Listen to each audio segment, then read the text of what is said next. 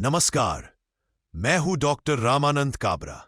कहानियां सिर्फ शब्दों का संग्रह नहीं होती, ये वो रोशनी है जो मन के अंधेरों को चीरकर जीवन को एक नई दिशा देती है। आज मैं आपके सामने एक ऐसी कथा लेकर आया हूं जिसमें एक स्पर्श, एक विश्वास और एक संवेदनशील निर्णय किसी का पूरा जीवन बदल देता है। आइए सुनते हैं। आ लौट चले। लेखक डॉक्टर रामानंद काबरा।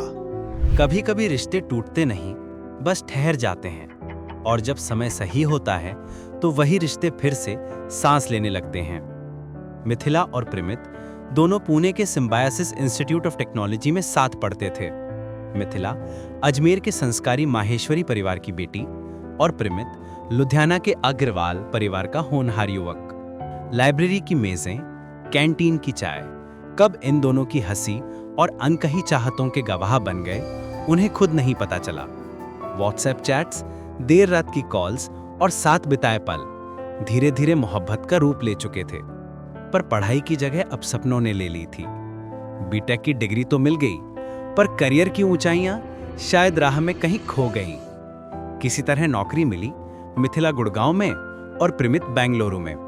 माँ ने एक दिन सहजता से पूछा, बेटा, अगर तुम्हारे मन में कोई है तो बता सकती हो। हाँ माँ, वो प्रिमित है। दोनों परिवार आधुनिक सोच वाले थे। थोड़े विचार विमर्श के बाद शहनाइयां बजी और सपनों का संसार सज गया। पर यह संसार हकीकत की जमीन पर टिक नहीं पाया। शादी के कुछ ही महीनों में मुस्कानें कम हो गईं। साथ रहना पर साथ महसूस ना होना, यही उनका जीवन बन गया। संवाद की कमी और छोटे छोटे अहंकारों ने प्रेम की मिट्टी को दरका दिया। मायके आई मिथिला की आंखों में उदासी थी। माँ ने पूछा, सब ठीक तो है ना बेटा? हाँ माँ, बस थोड़ा सा समय लग रहा है एडजस्ट होने में। बेटा, रिश्ते निभाने में थोड़ा झुकना पड़ता है। पुरुष चाहे कितना भी आधुनिक क्यों ना हो, उसकी प्रवृत्ति में निर्णय का अहम रहता है। अगर तुम उसे सहयोग, स्नेह और सम्मान दो तो वही घर स्वर्ग बन जाता है। माँ की बातें मन में घर कर गईं, पर शायद बहुत देर हो चुकी थी। 6 महीने बाद दोनों परिवारों ने महसूस किया, अगर साथ रहना ही बोझ बन जाए तो अलग रहना ही बेहतर है। ना मुकदमे, ना झगड़े, सिर्फ परिपक्वता और शालीनता। दोनों ने शांतिपूर्वक अलग होने का निर्णय लिया। मिथिला अजमेर लौट आई। माँ बाप की चिंता अब उसकी आंखों में झलकने लगी थी। एक माँ के लिए विवाहित बेटी का अकेलापन हर दिन की यातना होता है। उधर प्रिमित भी अकेला था। कभी कभी दोनों एक दूसरे से संपर्क कर लेते, बिना किसी शिकायत, बिना किसी कटुता। धीरे धीरे समय ने दर्द को धैर्य में बदल दिया और 7 साल बीत गए। एक दिन खबर आई, मिथिला की माँ गंभीर रूप से बीमार हैं। अस्पताल में अंतिम सांसें गिन रही हैं। ये सुनकर प्रिमित भी अजमेर पहुंच गया और लगातार 7 दिन वहीं रहा।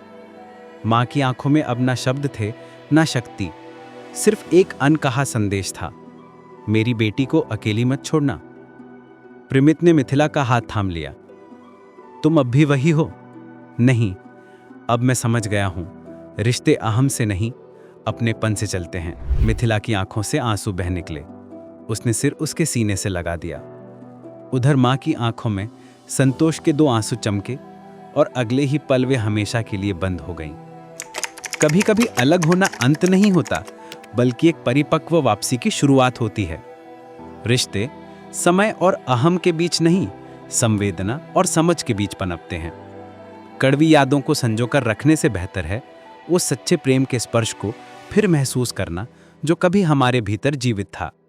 प्रेम वही सच्चा है जो लौटकर भी अपनापन महसूस कराए। आपने अभी सुनी आ लौट चले, एक कहानी जो यह याद दिलाती है कि हमारी एक छोटी सी करुणा किसी के जीवन की दिशा बदल सकती है।